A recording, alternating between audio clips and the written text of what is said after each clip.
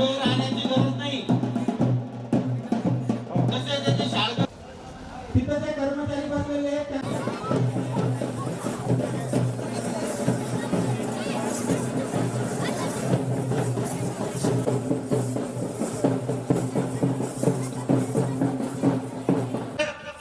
जे राजस्व अभियान आहे त्या राजस्व माळेगाव नर्मदा प्रदीप कोलते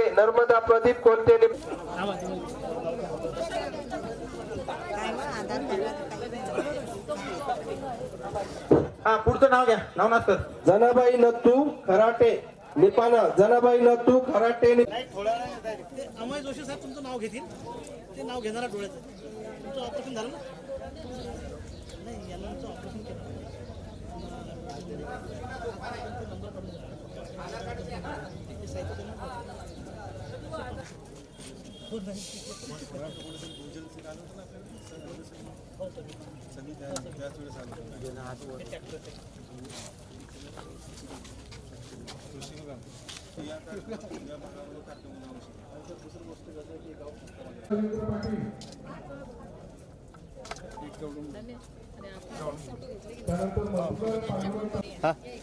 काका इकडे पहा काका.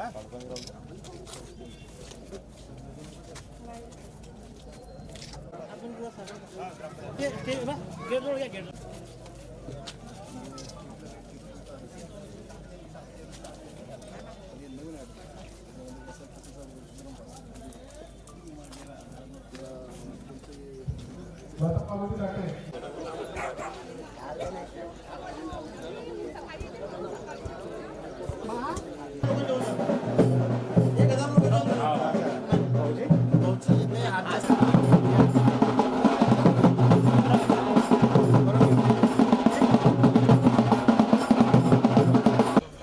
प्रतापरावजी जाधव साहेब या त्यांचं आपण आगमन झालेलं आहे.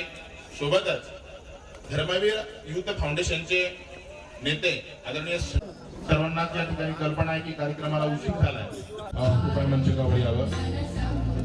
सकाळपासून ज्या क्षणाची वाट आपण या ठिकाणी बघत होता ईश्वर या ठिकाणी संपन्न होताना तुम्हाला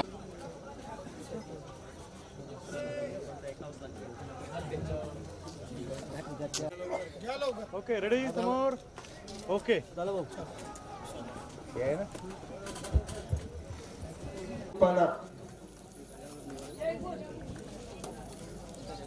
प्रकाश नारायण चौधरी निपाणा. प्रकाश नारायण. माझ्या गावामध्ये फक्त 1800 हेक्टर ही जमीन ओलीच्या खाली होती आणि आज माझं अटल भूजल योजनेमध्ये केंद्र सरकारची महत्वाकांक्षी योजना आहे. माझं गाव 53% हे सिंचनाखाली आलेलं आहे. भाऊ अटल भूजल योजनेमध्ये जी केंद्र सरकारची योजना त्या योजनेच्या माध्यमातून माझ्या गावाचा जो नाला आहे हा 2000 मीटर खोलीकरण झालेला आहे आणि त्यामुळे ज्या टाइमला 2007 मध्ये माझ्या गावाला हे टँकरग्रस्त गाव होतं. आज माझ्या गावाची पाण्याची लेवल ही 15 ते 20 फुटावर आलेली आहे आणि हे फक्त केंद्र सरकार आणि राज्य सरकारच्या माध्यमातून झालेलं आहे. माझ्या गावात आदरणीय आमदार संजीव गायकवाड यांच्या माध्यमातून काही जलसंधारणाचे जे बांधारे आहेत ते सुद्धा देण्यात आले.